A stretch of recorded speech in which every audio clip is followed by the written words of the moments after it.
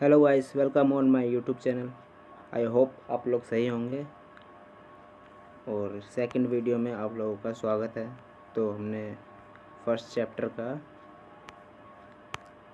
जो ये है परिकल्पना एवं इतिहास के बीच दिल्ली का प्रारंभिक अतीत, इंद्रप्रस्थ और लाल कोट का ये टॉपिक पढ़ लिया था। दिल्ली के अतीत के अध्ययन के स्रोत, जिसमें दिल्ली के अतीत के बारे में हमें कहाँ कहाँ से पता चलता है उसके बारे में हम पढ़ चुके हैं।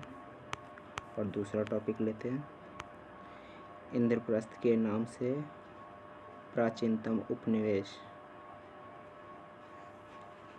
तो इसमें है, इस टॉपिक में है, दिल्ली का पहला शहर इंद्रप्रस्थ को माना जाता है। देवताओं के प्रमुख, मेरा मतलब पांडवों के जो प्रमुख थे युधिष्ठिर, उसके द्वारा इंद्रप्रस्थ को बसाया गया था।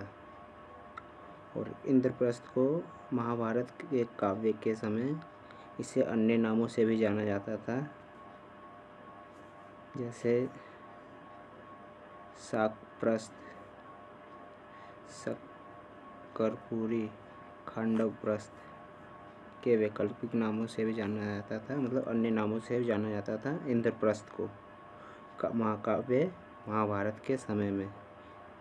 इस नामों से क्यों जाना जाता था? क्योंकि ये इंद्रप्रस्थ बिल्कुल जंगलों, मतलब इंद्रप्रस्थ के जो एरिया था वहाँ जंगलों का अस्तित्व था। यहाँ लिखा हुआ है, जंगल में अस्तित्व होने के कारण यह नाम पड़ा। तो आगे बढ़ते हैं।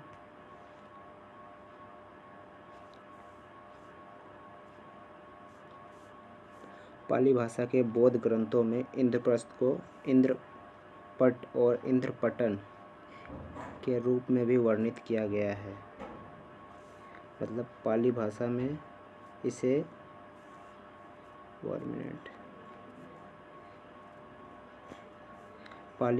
इसे अन्य नामों से भी जाना जाता था। इंद्रपटन और इंद्रपट और इंद्रपटन के नाम से भी जाना जाता था।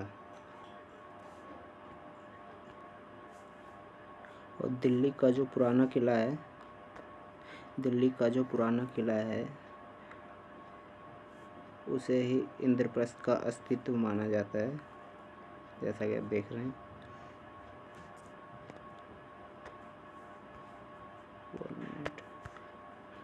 हालांकि इस संबंध में कोई निर्णायक ऐतिहासिक साक्ष्य उपलब्ध नहीं है।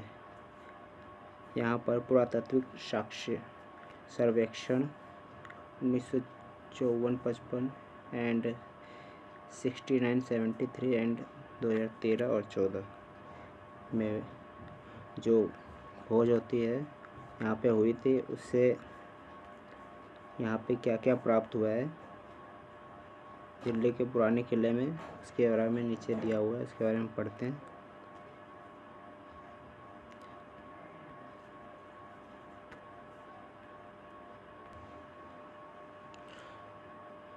उन्नीस और 55 के जो सर्वेक्षण में है वो यहाँ पे मिला है।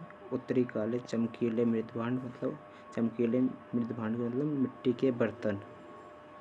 मृदभांड का मतलब होता है मिट्टी के बर्तन, जो कि कितना पुराना था, 600 से लेके 200 BC तक, मतलब 600 से लेके 200 ईसा पूर्व, मतलब ईसा पूर्व के जन्म से पहले के मिट्टी के बर्तन सर्वेक्षण में प्राप्त हुए हैं।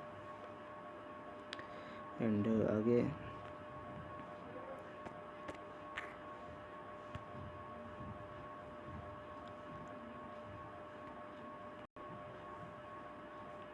मौर्यकालीन बस्तियों में मिट्टी के ईंटें, मलबे, कच्चे मकान, ईंट की नालियाँ, कुएं, मूर्तियाँ, नक्काशीदार पत्थर, मोहरे तथा तांबे का सिक्का प्राप्त हुआ है। मौर्य युग के पूर्व की आबादी साधारण धूम्र मृदभांड एवं लाल मृदभांड से यह भी साक्ष्य प्राप्त हुआ है कि 16 महाजनपद के काल में दिल्ली में मानव बस्ती थी। मौर्य साम्राज्य के शासनकाल के साक्ष्य के रूप में दिल्ली क्षेत्र के श्रीनिवासपुरी में पाए गए एक पत्थर की नक्काशी के विशेषण के आधार पर डीसी सरकार का यह मानना है कि इंद्रप्रस्थ एक महत्वपूर्ण मौर्यकालीन शहर था। तो ये पढ़ लिया है। एंड उपिंदर सिंह का मानना है कि पुराना किला एक महत्वपूर्ण स्थल है, चाहे वह इंद्रप्रस्थ का प्रतिनिधित्व करता हो या न करता हो।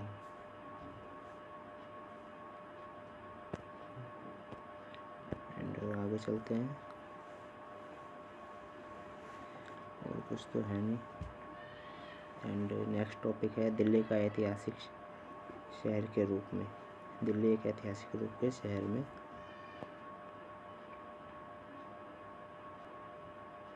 तो गाइस आज के लिए एक ही टॉपिक रखते हैं, एंड नेक्स्ट टॉपिक में देखते हैं, लास्ट टॉपिक है जो इसको कवर कर लेंगे। एंड इसके बाद मैं इसका जो इम्पोर्टेंट क्वेश्चन है इस चैप्टर का मैं वो बता दूंगा फटाफट।